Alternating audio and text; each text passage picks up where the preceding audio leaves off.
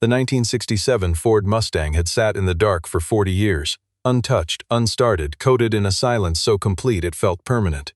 Alexandra Whitmore had hired 5 of the best classic restoration specialists in the country, and every one of them had given up.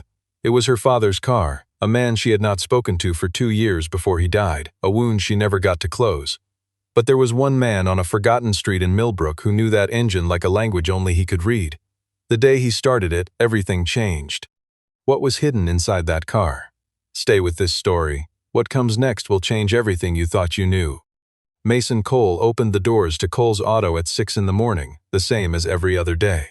The shop sat on Glenwood Street, a narrow strip of asphalt in the middle of Millbrook, Virginia, where 2-story buildings leaned against each other and the early light came in sideways through the front windows.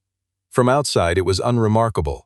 The sign above the door had not been repainted in years, and the concrete apron was permanently stained in dark rings where oil had dripped for decades. But inside, the tools were arranged with a precision that had nothing to do with habit and everything to do with intention. Every wrench hung at the same angle on the same peg, every akaket tray was sorted by diameter, then by depth, then by the frequency with which it was needed. There was a photograph on the corner of the main workbench, a woman with dark hair and a quiet expression, and Mason never explained it to anyone because no one who came into the shop ever asked. That morning, a 1972 Chevrolet occupied the main bay. Mason had been working on it for 3 days, long enough to understand why 3 other shops had turned the job away. The carburetor had been rebuilt incorrectly sometime in the previous decade, by someone who had known enough to be dangerous and not enough to be careful, and the correction required dismantling half the fuel system to get back to the original problem. He worked in near silence, using tools that most mechanics had never encountered and adjusting specifications from memory rather than from any chart on the wall.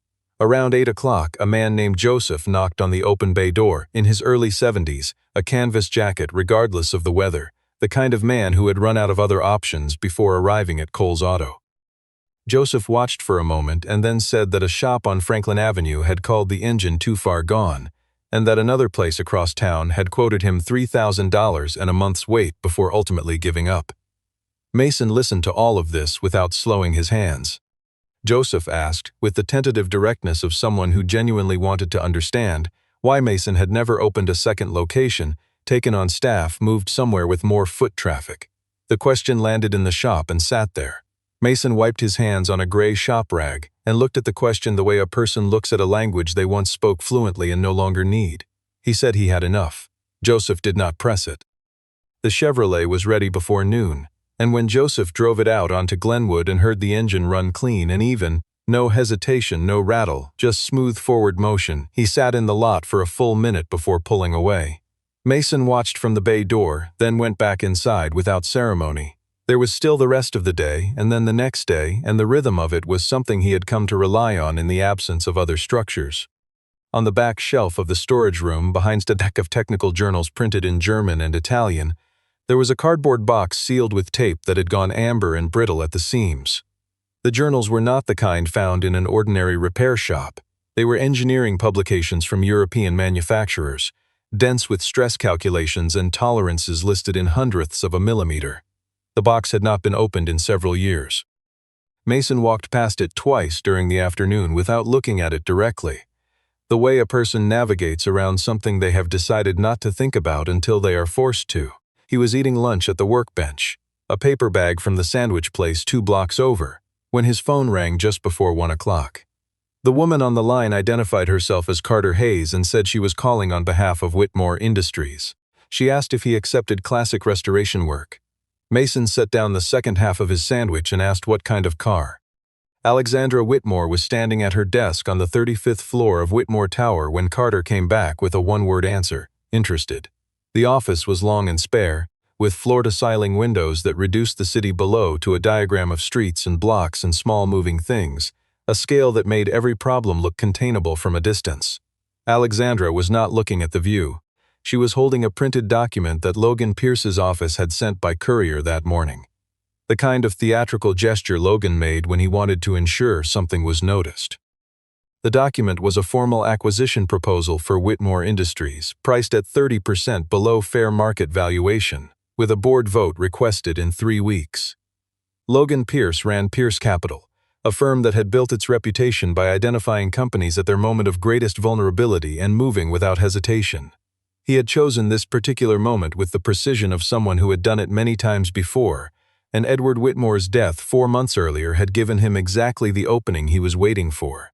Edward had died at 72, in the house where Alexandra had grown up, and they had not spoken for 2 years before that. The silence between them had been the kind that accumulates in layers, missed calls, misread signals, things said at the wrong moment that neither of them had figured out how to retract. He left her everything, the company, the properties, the accounts, and the Mustang in the garage that had not been driven in 40 years. Alexandra had first seen the car again while visiting the house to begin settling the estate, standing in the garage doorway in her work clothes while dust moved in the thin light above the hood. She had been very young the last time she stood in that garage with her father. Young enough that the memory came back not as a scene but as a sensation, the smell of motor oil and warm metal, his hand resting on the hood, his voice telling her that one day he would fix it, and the two of them would drive around the city with the windows down. That day had not come. Neither had the others he had promised. A week after the acquisition proposal arrived, Logan Pierce found her at a charity dinner in a ballroom that was too warm and smelled of cut flowers and polished floors. He was calm in the way of someone who believes the outcome is already decided. He mentioned the Mustang in passing, not as a question but as a conclusion, and said Edward had always held on to things he never used, and the car in the garage was the clearest example of that habit. He said it was old iron on concrete. Alexandra held her glass and looked at him and said nothing. But something shifted in her that evening. The dismissal had been calculated, she understood that immediately, designed to suggest that her father's legacy was sentimental and fragile and that she should move toward the offer before things became worse.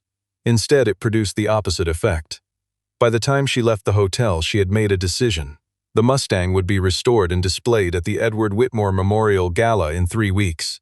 It would be her answer to the board, to Logan, and to anyone watching. Whitmore Industries was not available. 4 restoration shops declined the job before the week was out. The first said the fuel system required factory components that no longer existed commercially. The second looked under the hood for 20 minutes and returned the keys without explanation. The third offered to handle the exterior only and said starting the engine was not something they were prepared to attempt. The fourth sent a written assessment with the word unfeasible in the second sentence. Carter compiled the rejections and placed them on Alexandra's desk. She read the document once and told Carter to find someone else. He asked whether she meant someone outside the state. She said she meant whoever was actually capable, wherever that person happened to be. Evelyn Nash lived in a yellow house on the east side of Millbrook with a desk in the front room covered in files from projects she was no longer officially involved with. She was 68 years old, had spent most of her career in financial operations, and had worked for more than a decade at Harrington Automotive during the years when that company was producing some of the finest restoration engineering in the eastern United States. Carter found her through a Classic Car Owners Association, a chain of referrals that started with a retired engineer in Charlottesville and passed through several people who all said some version of the same thing. When Carter arrived at the Yellow House on a Tuesday afternoon and described the Mustang and its condition, Evelyn listened without interrupting. She asked the production year, the model code, and whether the engine block had any markings near the timing cover. Carter had photographed everything. She nodded and said there was exactly one person for this job. His name was Mason Cole and he had a shop on Glenwood Street. Carter asked why a man in a one-base shop could do what 5 specialists could not. Evelyn looked at him evenly and said, "Go ask him." Alexandra did not send Carter a second time. She went herself without calling ahead on a Thursday morning when the air still held the last of autumn. She drove alone, which was unusual enough that her assistant noticed and said nothing. Cole's auto looked exactly as she had expected. A serviceable building with a faded sign, 2 bay doors, a concrete apron stained in concentric dark rings. The front door was open. Inside, the smell of metal and petroleum sat in the air the way it does in every shop, but beneath it there was something else, a cleanliness to the organization that contradicted the worn surfaces. Every tool occupied a specific location. The floor was swept. On the back shelf were journals with foreign lettering on the spines, and under the main workbench a cardboard box sat sealed with old tape, and something about the tidiness of the place next to the age of everything in it suggested a man who was disciplined about the things that mattered to him and indifferent to the things that did not. Mason was underneath a truck. She stood near the center of the floor, and then the rolling cart shifted and a pair of boots appeared, and then he was on his feet, wiping his hands on a gray rag, looking at her with an expression that disclosed nothing in particular. She introduced herself by name and by company. He acknowledged the information and waited. She described the Mustang, its year, its condition as she understood it, the 4 shops that had declined, the 3-week deadline. When she finished, he asked 3 questions: the serial number near the timing cover, the carburetor type, and the last recorded mileage. She could not answer any of them, and the inability irritated her more than she expected. Not because he had asked the questions, but because she had walked into a conversation without preparation, which was something she did not normally allow. When he turned to get a notepad from the back counter, she looked around the shop with the same evaluating gaze she used in due diligence meetings. The old calendar on the wall, the scratched workbench, the photograph at the corner that no one had pointed out to her. When he returned, she told him she would pay double the standard rate if he accepted the work. Then she glanced around the shop a second time and said she needed results, not reassurances from a place like this one. Mason stopped writing. He looked at her directly, not for long, not with visible reaction, and then said in a tone that was completely level, did she want him to look at the car or not? Alexandra was not accustomed to having a deliberate insult passed over that cleanly, as though it were simply not worth addressing. She said yes. The car would arrive in 2 days. Deadline was 3 weeks, before the night of the gala. When she left, Mason stood in the bay doorway and watched the car pull onto Glenwood. Somewhere in the back of his mind, a thread moved. He had encountered the name Whitmore before, not recently, but before, he could not yet place where. The flatbed truck arrived Saturday at 7 in the morning before Mason had finished his first coffee. When the tarp was removed, he set his cup down and did not pick it up again. The car was the color of deep water, a navy blue so dark it was almost black in the shadow of the shop, with a white rally stripe that had faded to cream along the driver's side. The chrome trim had oxidized at the edges. The windshield held a fine crack running from the lower right corner, but the lines of the body were intact. The hood, the quarter panels, the rear deck, all of it was there beneath the years, undamaged in the ways that mattered. Mason walked around the car once, slowly, without touching it. He stopped at the driver's side sill, crouched, and read the serial number stamped into the metal below the doorframe. He knew that number. Not because he had seen this specific car, but because the serial block it belonged to had appeared in specifications he had worked from 15 years earlier at Harrington Automotive, during a project that had been canceled without explanation 3 days before he was called into a conference room and handed his termination. The project had involved 3 vehicles from this exact production run. He had spent 4 months developing the restoration protocol for the engine series, work that existed in no public manual, derived from testing and documented entirely by his own hand. He stood up, looked at the car for a moment, then went inside and pulled the cardboard box from under the workbench.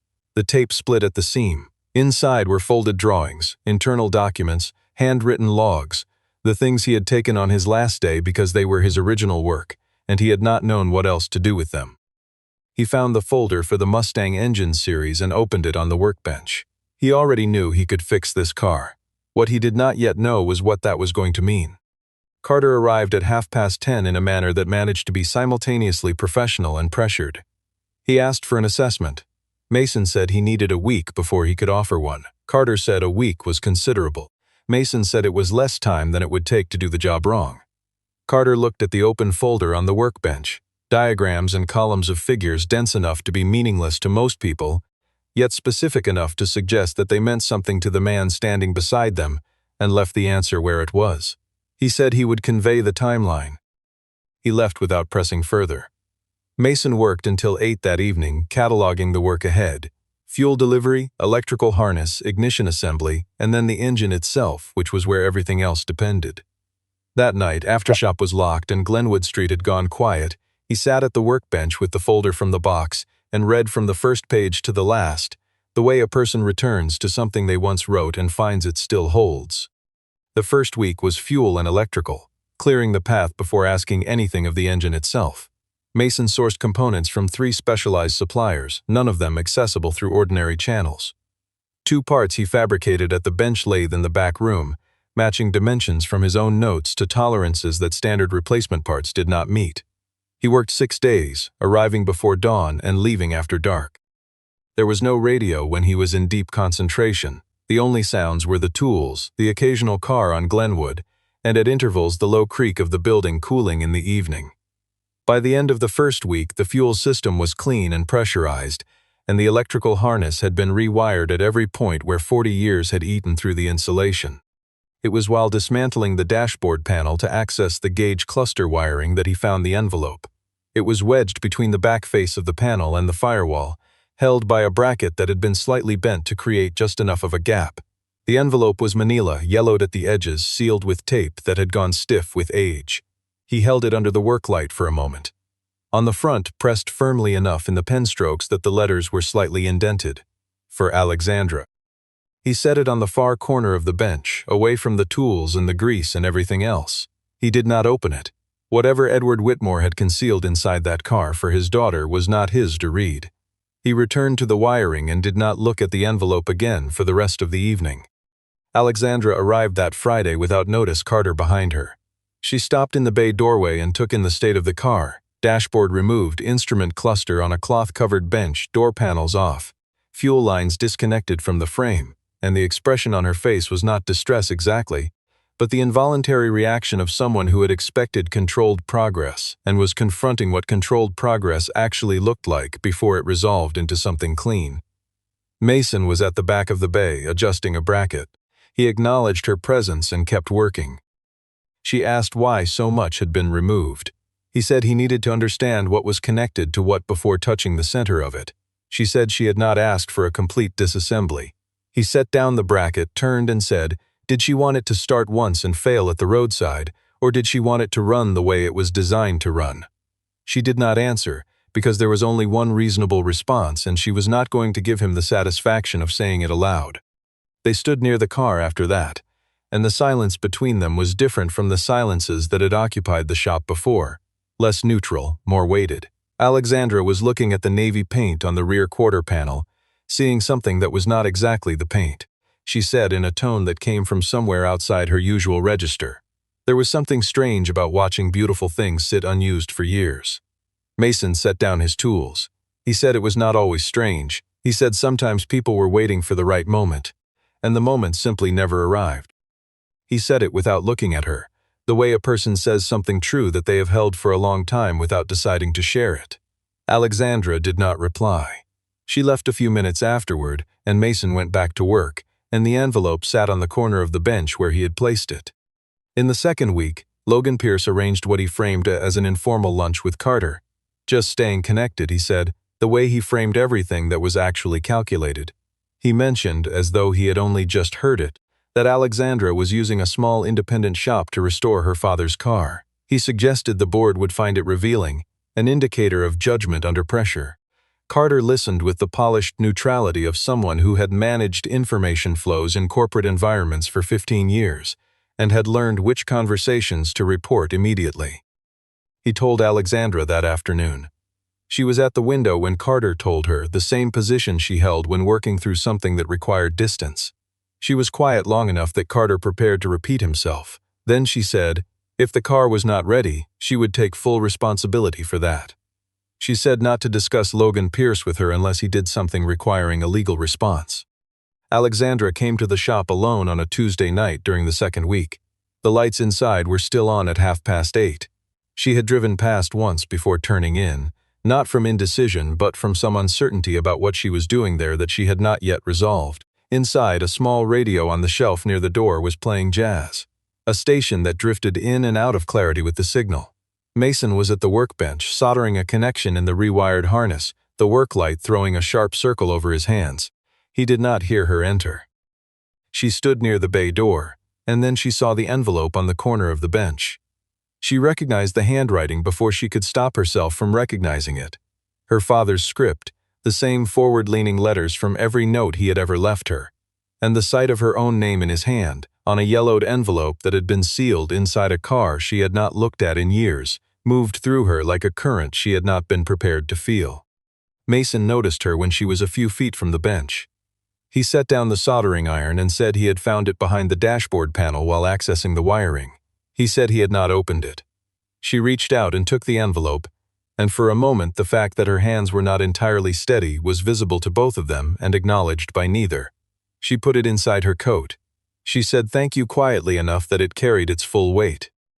They stood in the shop for a moment without speaking, the jazz low on the shelf, the work light still burning, the engine of the Mustang sitting silent in the bay, and the weight of the space between them shifted in a way that was small but was real. She left without saying anything further. Mason watched the door close, looked at the corner of the bench where the envelope had been, and returned to work. On the 18th day, Mason called Carter at 7 in the morning and said, "Come to the shop and bring Alexandra." He offered nothing else. Carter asked if the news was good. Mason said, "Come and see." Alexandra arrived 40 minutes later, still in the dark coat she wore on weekends. She had come from home without stopping at the office, without the surface armor the office required. The Mustang sat at the center of the bay. The body panels were back in place. The dashboard had been reassembled. The trim had been polished. The paint remained untouched. That was the final stage. But every structural and mechanical element of the car had been resolved, and the overall impression was of something that had been not simply repaired but returned, to itself, to the condition that had always been latent beneath the decades of dust and silence. Mason picked up the key from the bench without commentary, got into the driver's seat and looked through the windshield at Alexandra standing at the bay entrance. He put the key in and turned it. The V8 engine started on the first attempt. It did not sputter or hesitate or turn over reluctantly the way an old machine does when it is being forced into motion against its nature. It ran. The sound was deep and even and authoritative, not loud but total, filling the shop from concrete floor to the rafters and going through the walls and sitting in the chest of anyone within range of it. Alexandra did not move. Her hands were at her sides, and her face held the expression of someone who has prepared for a moment carefully and discovered that preparation is not the same as readiness. The sound lasted perhaps 15 seconds before Mason switched the engine off and stepped out of the car. In those 15 seconds, something in her expression settled, not grief and not relief, but the specific quality of a debt being acknowledged before it can be paid. Carter was standing behind her and said nothing. Mason set the key on the hood. He said there were 2 days of cosmetic work remaining before the gala. Alexandra looked at him and asked how he had done it. He said he knew the engine. By noon that same day, an anonymous email had reached the personal accounts of 4 Whitmore Industries board members. The attached document summarized Mason Cole's departure from Harrington Automotive 15 years prior, framing an unsubstantiated allegation of improper disclosure as though it were a settled professional matter. No finding had ever been made in any formal proceeding. No court had been involved. But the summary was written to suggest wrongdoing as established fact, and it arrived alongside a note implying that Alexandra Whitmore's choice of this individual reflected poorly on her judgment at a critical moment for the company. The note bore a reference to Logan Pierce's office. Carter had the email in front of him within the hour and brought it to Alexandra without framing it. She drove to the shop the following morning and placed the document on the workbench in front of Mason. He read it. He set it down. He said, "Did she want their version or his?" She said his. He sat on the stool and told her in the same measured tone he used for everything else. 15 years earlier, he had been the lead engineer in a restoration and engine development division at Harrington Automotive, the one responsible for a class of projects that did not appear in any public catalog, requiring custom engineering derived from original research. In the autumn of that year, a representative of an outside firm accused him of sharing proprietary specifications with a competing buyer. There was no evidence. He was told that regardless of guilt or innocence, the company needed to protect itself, and that his departure was the cleanest solution. He had accepted the terms because his wife was sick by then, and fighting the matter would have taken everything he had left. He had kept the technical documents because they were his own original work, and because he had not known what else to do with them. He had not spoken of it again. Alexandra listened to all of it without speaking. When he finished, she was quiet for a moment. Then she asked who had filed the accusation at Harrington. Mason held her gaze for 2 seconds before answering. He said the allegation had come through a representative acting on behalf of a financial acquisitions firm that had been pursuing certain project rights at Harrington during that same period. He said the name of the firm. He said the name of the man behind it. He said, Logan Pierce. The color did not leave her face, but something behind her eyes went very still, the particular stillness of a suspicion becoming certainty. That night, alone in her father's study, she opened the envelope. She sat at the desk in the one room of the house she had not yet changed, the lamp on and everything else dark, and she unfolded 3 pages of her father's handwriting on the stationery he had used his entire professional life. He wrote that he had known about the Harrington matter for several years.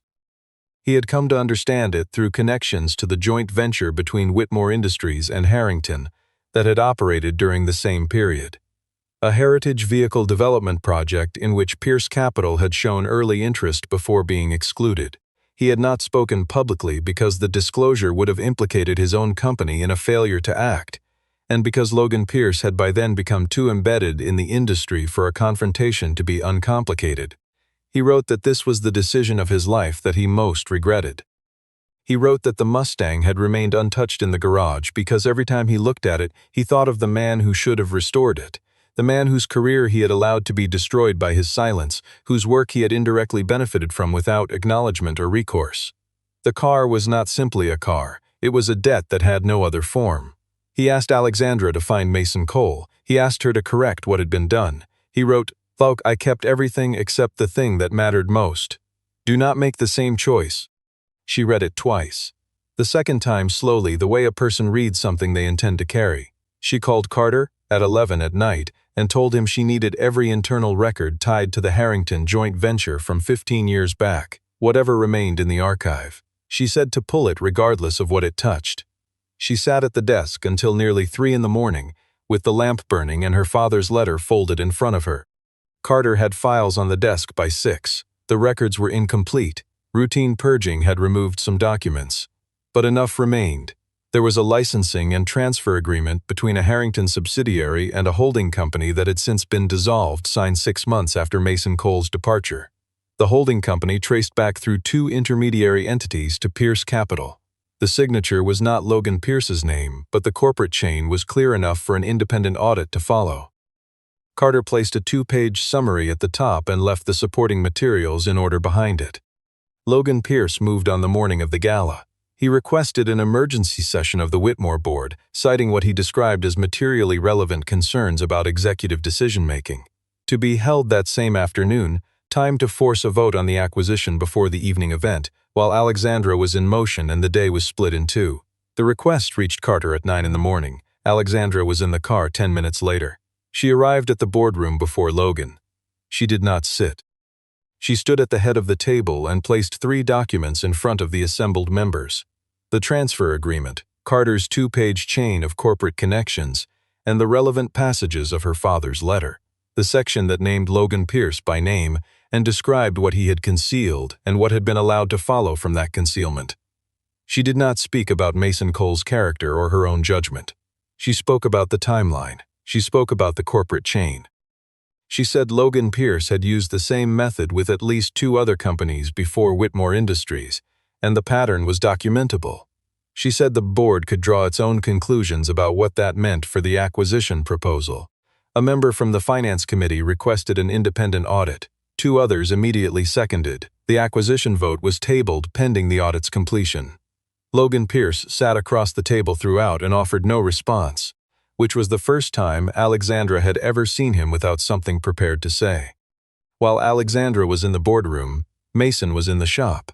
He had arrived before 5 in the morning following a call the previous night from Carter, who said the car may have been tampered with. The front door showed no sign of forced entry, which meant either a skilled lockpick or someone with access to a key. And there were only 2 keys in existence. He found the damage in his first examination. 4 components removed from the ignition and fuel delivery system, precisely enough that nothing appeared disturbed from a normal distance. They were small parts, but they sat at the convergence of every system that allowed the engine to function. He assessed the scope of the problem in under 5 minutes. He called Carter. He said the car had been interfered with. He said he needed 6 hours. He said to bring Alexandra to the gala that evening and not to worry about the car before then. He worked without stopping from 5 in the morning until early afternoon. He had compatible spare components from the sourcing work of the previous week, but compatibility was not equivalence. Each one had to be verified against spec before installation, calibrated against the engine's existing tolerances, tested in sequence. He did not eat. He did not sit down. He moved between the engine bay and the workbench in the focused, unhurried way of someone who has been asked many times in his life to remain calm and has found that this particular kind of problem is the only one that does not require any effort. The light in the shop moved from gray to pale yellow as the morning advanced. The sounds from Glenwood Street came and went. Mason worked through all of it as though the world outside the bay door had agreed temporarily not to be relevant. The Edward Whitmore Memorial Gala was held in the ballroom of a downtown hotel, under high ceilings and warm light, with 140 guests in evening dress. People who had known Edward Whitmore across decades of shared industry and had come partly to honor him and partly to assess what his absence had left behind. The program listed the Whitmore Industries Foundation's charitable commitments and a short film about the company's history.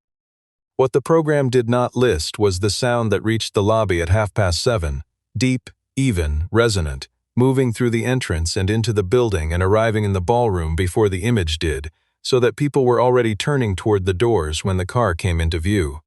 The 1967 Ford Mustang rolled into the lit forecourt of the hotel slowly and without drama, navy blue against the dark of the evening, and everyone who saw it understood immediately that something had been accomplished that was not supposed to be possible. Mason stepped out in a plain dark suit that Carter had arranged. He was not a man who occupied a theatrical moment with any awareness of being watched. He got out of the car, closed the door, and walked to where Alexandra was standing at the edge of the entryway. He held out the key without a word. She took it. She walked to the car alone. She stood in front of it for a moment and placed one hand flat on the hood, the way a person touches something they have spent a long time trying to understand and have finally reached the surface of. Then she opened the driver's door and sat behind the wheel. The leather on the steering column had darkened and softened over decades. The original gauges were in the cluster before her. The smell inside the car was old fabric and metal and something underneath that, both of those things that she could not name but recognized. The way certain smells are not smells exactly but thresholds into specific moments that no longer exist. She sat without starting the engine, her hands in her lap, and nobody in the forecourt spoke, and the quiet lasted for as long as it needed to last. She got out. Her eyes were not dry, though not by much, and she crossed to where Mason was standing a few feet away. She asked if he had known whose car it was when he agreed to take the job. He said not at first. She asked when he had understood. He said when he read the serial number on the door sill. She asked what that had told him. He said it was an engine series he had worked on a long time ago, before everything that followed, and the car had been on a list he had once cared about and had believed was closed. She held that for a moment. Then she said she was engaging a legal team to address the formal record at Harrington Automotive, to open the matter and pursue whatever documentation was needed to correct what had been done to it.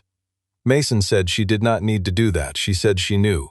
She said it was the right thing regardless. It was the first sentence she had spoken to him that came from no calculation at all, only from the plain fact of what was owed, and she recognized it as such in the moment it left her mouth. It was, she thought, what her father had meant. Logan Pierce had been standing at the edge of the forecourt. He watched the car, and then he watched Alexandra, and then he turned without speaking to anyone and left the gala before the formal program had begun. The car remained in the forecourt for the entire evening.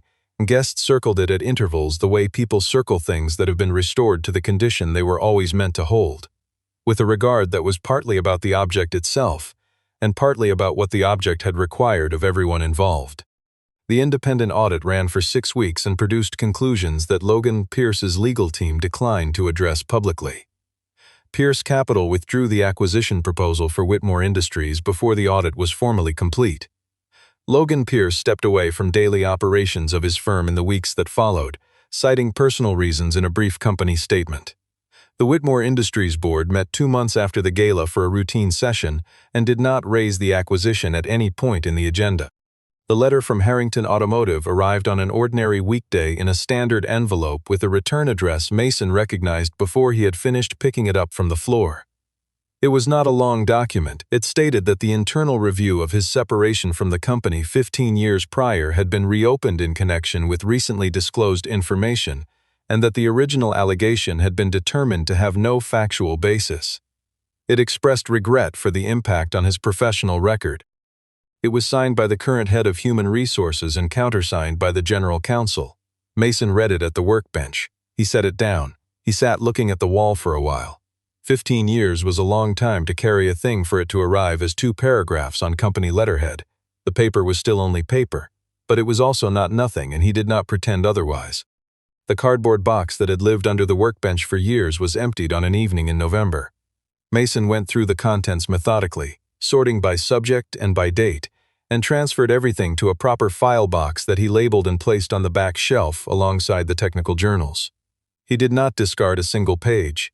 He also did not put anything back under the bench. The box had been the equivalent of a door he had bolted shut and agreed to leave that way, and opening it did not require a ceremony. It required only deciding that the reason for concealing it no longer applied. The decision was made in a moment of complete quiet. No one was there to observe it. The most durable changes tend to be those. The Mustang was installed in the main lobby of Whitmore Tower in early December, beneath the central atrium, where it could be seen from 3 floors of interior balconies. A small placard stood beside it. It gave Edward Whitmore's name, his years, and a single line that Alexandra had written herself. He kept his promises late. Every morning before the building filled, she came through the lobby on her way to the elevator and paused near the car. Briefly, without making anything of it, just long enough to feel the full weight of what it had taken to get from there to here, and to let it be something she carried without flinching. She was learning, slowly, that this was what it meant to not close a thing before it had finished becoming what it was. 3 weeks after the gala, a second sign appeared below the faded board above the door of Cole's Auto. It was clean and simply lettered, specialized in classic restoration. Mason installed it himself on a clear Tuesday morning and opened the shop at 6 as always. He made coffee. He sat at the workbench. On the surface of the bench, in a spot where he would have noticed it immediately when he walked in, there was a white envelope that had not been there the night before. The front door had been locked. There were 2 keys in existence. He recognized the handwriting without having to think about it. The same deliberate, slightly forward-leaning script he had last seen on an envelope wedged behind a dashboard panel in a car that had not run in 40 years, addressed then to Alexandra and addressed now to him. He picked it up. He held it in both hands in the quiet of the shop, the morning light just beginning to come through the bay door windows, Glenwood Street still and gray outside. He did not open it right away. He set it back down on the bench, looked at it for a long moment, and then, without deciding to, without reason he could have named, he smiled. Not at the envelope and not at anything particular. Just the way a person smiles when something that has been wrong for a very long time is finally, at last, beginning to come right.